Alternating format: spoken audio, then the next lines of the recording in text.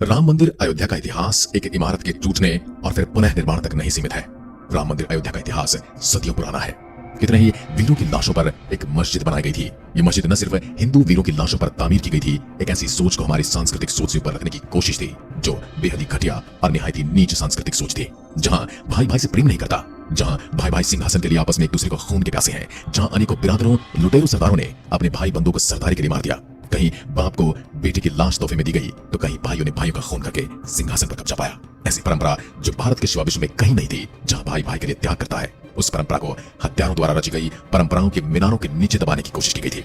जहां राजा और सेना आम जनता की सुरक्षा का वचन देती हो, जहां चाहे वो शत्रु राज्य के नागरिक क्यों ना हो, ऐसी दुर्दांत और क्रूर शक्तियों का पदार्पण इस धरती पर हो चुका था, जहां बच्चों और महिलाओं को सबसे पहले निशाना बनाया जा रहा था।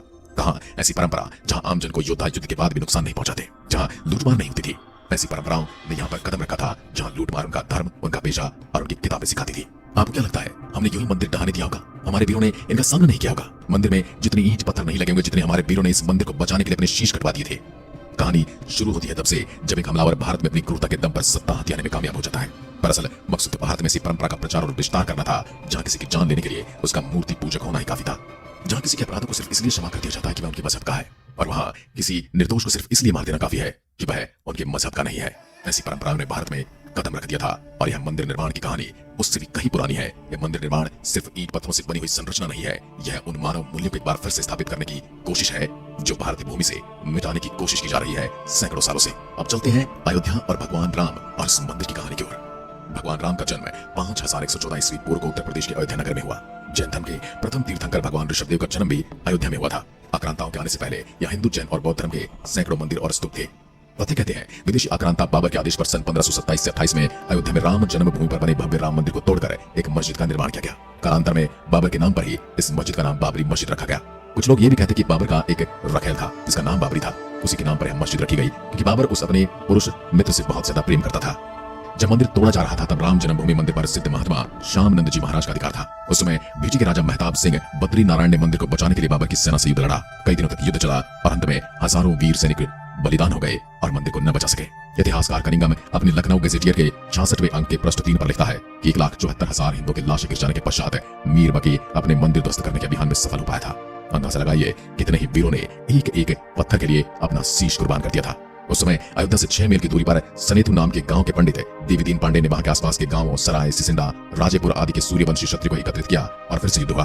पंडित देवीदीन पांडे सहित हजारों हिंदू वीर एक बार फिर से बलिदान हो गए और बाबर की सेना जीत गई, लेकिन प्रयास खत्म नहीं हुए, कोशिश का अंत नहीं हुआ। पांडे जी की मृत्यु के 15 दिन बाद हंसवर के महाराजा रणविजय सिंह ने सिर्फ हजारों सैनिकों के साथ मीर बाकी की विशाल और शस्त्रों से सुसज्जित सेना से रामलला को मुक्त कराने के लिए आक्रमण किया, लेकिन महाराज सहित जन्मभूमि के रक्षार्थ सभी वीरगति को प्राप्त हो गए। महाराजा रणविजय सिंह की पत्नी रानी जयराज कुमारी हंसावर ने अपने पति की वीरगति के बाद स्वयं जन्मभूमि की रक्षा के लिए कार्य को आगे बढ़ाने का बीड़ा उठाया और 3000 नारियों की सेना लेकर उन्होंने जन्मभूमि पर हमला बोल दिया और हुमायूं के समय तक उन्होंने छापामार युद्ध जारी रखा। स्वामी महेश्वरानंद जी ने सन्यासियों की सेना बनाई। रानी जयराज कुमारी हंसावर के नेतृत्व में यह युद्ध चलता रहा, लेकिन हुमायूं की शाही सेना ने इस युद्ध में स्वामी महेश्वरानंद और रानी जयराज कुमारी लड़ते हुए अपनी बची हुई सेना के साथ बलिदान हो गई और जन्मभूमि पर पुनः मुगलों का अधिकार हो गया। मुगल शासक अकबर के काल में शाही सेना हर दिन के इन युद्धों से कमजोर हो रही थी। पता है, अकबर ने बीरबल और टोडरमल के कहने पर हंस की टाट से उस चबूतरे पर 3 फीट का एक छोटा सा मंदिर बनवा दिया। अकबर की इस कूटनीति से कुछ दिनों के लिए जन्मभूमि में रक्त नहीं बहा। यही क्रम शाहजहां के समय भी चलता रहा। फिर औरंगजेब के काल में भयंकर दमन चक्र चलाकर उत्तर भारत से हिंदुओं की संपूर्ण सफाई का संकल्प लिया गया। उसने लगभग 10 बार अयोध्या के मंदिर को तोड़ने का अभियान चलाकर यहाँ के सभी प्रमुख मंदिरों और उनकी मूर्ति को तोड़ डाला। औरंगजेब के समय में समर्थ गुरु श्री रामदास जी महाराज के शिष्य श्री वैष्णवदास जी ने जन्मभूमि की मुक्ति कराने के लिए 30 बार आक्रमण किए। नसीरुद्दीन हैदर के समय में मगरही के राजा के नेतृत्व में जन्मभूमि को पुनः अपने रूप में लाने के लिए हिंदुओं के 3 आक्रमण हुए, जिसमें बड़ी संख्या में हिंदू मारे गए। इस संग्राम में भीति, हंसवर, मगरही, खजूरहट, दियारा, अमेठी और राजा गुरुदत्त सिंह आदि सम्मिलित थे। हारती हुई हिंदू सेना के साथ वीर चिमटाधारी साधुओं की सेना मिली और इस युद्ध में शाही सेना को हारना पड़ा और जन्मभूमि पर पुनः हिंदुओं का अधिकार हो गया। लेकिन कुछ दिनों के बाद विशाल शाही सेना ने पुनः जन्मभूमि पर अधिकार कर लिया और हजारों राम भक्तों का कत्लेआम मचा दिया। नवाब वाजिद अली शाह के समय में पुनः हिंदुओं ने राम जन्मभूमि के उत्तरार्ध आक्रमण किया। फैजाबाद गजेटियर में कनिंघम ने लिखा, इस संग्राम में बहुत ही भयंकर खून खराबा हुआ। 2 दिन और रात तक चलने वाले इस भयंकर युद्ध में सैकड़ों हिंदुओं के मारे जाने के बावजूद हिंदुओं ने श्री राम जन्मभूमि पर कब्जा कर लिया। एक बार फिर से हिंदुओं का अधिकार हो गया। इतिहासकार कनिंघम लिखता है कि अयोध्या का सबसे बड़ा हिंदू मुस्लिम बलवा था। हिंदुओं ने अपना सपना पूरा किया और औरंगजेब द्वारा विध्वंस किए हुए चबूतरे को फिर से वापस पाया। चबूतरे पर 3 फीट ऊंचे खस के डांट से एक छोटा सा मंदिर बना लिया, जिसमें पुनः रामलला की स्थापना की गई। लेकिन बाद के मुगल राजाओं ने इस पर पुनः अधिकार कर लिया। एक बार से फिर से ध्वस्त करने की कोशिश चलती रही। यकीन मानिए, ये एक मंदिर का ढांचा नहीं था, ये पूरी संस्कृति के विध्वंस और पूरे सांस्कृतिक सुदृढ़ता की लड़ाई चल रही थी, जहां पर हिंदू अपनी संस्कृति की एक एक इंच को बचाने में जुटा हुआ था और मुगल और मुसलमान आक्रांता उनकी एक एक इंच को विध्वंस करने में लगे हुए थे। 1853 में हिंदू का यह आरोप था कि भगवान राम के मंदिर को तोड़कर मस्जिद का निर्माण हुआ। इस मुद्दे पर हिंदू और मुसलमानों के बीच पहली हिंसा हुई। इसके बाद सन 1857 की क्रांति में बहादुर शाह जफर के समय में बाबा रामचरण दास ने एक मौलवी आमिर अली के साथ जन्मभूमि के उद्धार का प्रयास किया। कुछ कट्टरपंथी मुस्लिमों को यह बात स्वीकार नहीं हुई और उनके विरोध के चलते 18 मार्च सन 1858 को कुबेर टेला स्थित एक इमली के पेड़ में दोनों को एक साथ अंग्रेजों ने फांसी पर लटका दिया। विवाद के चलते 1859 में ब्रिटिश शासकों ने विवादित स्थल पर बाड़ लगा दी और परिसर के भीतरी हिस्से में मुसलमानों और बाहरी हिस्से में हिंदुओं को प्रार्थना करने की अनुमति दे दी गई। 19 जनवरी 1885 को हिंदू महेंद्र रघुवीर दास ने पहली बार इस मामले को फैजाबाद के न्यायाधीश पंडित हरिकिशन के सामने रखा था। इस मामले में कहा गया था कि मस्जिद की जगह पर मंदिर बनवाना चाहिए क्योंकि वह स्थान प्रभु श्री राम का जन्म स्थान है।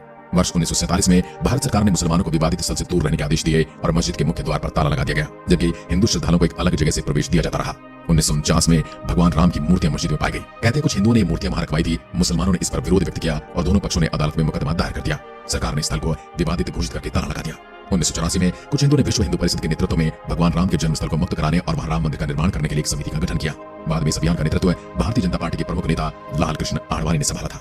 1986 में जिला मजिस्ट्रेट ने हिंदू को प्रार्थना करने के लिए विवादित मस्जिद के दरवाजे पर से ताला खोलने का आदेश दिया। मुसलमानों ने इसके विरोध में बाबरी मस्जिद संघर्ष समिति का गठन किया।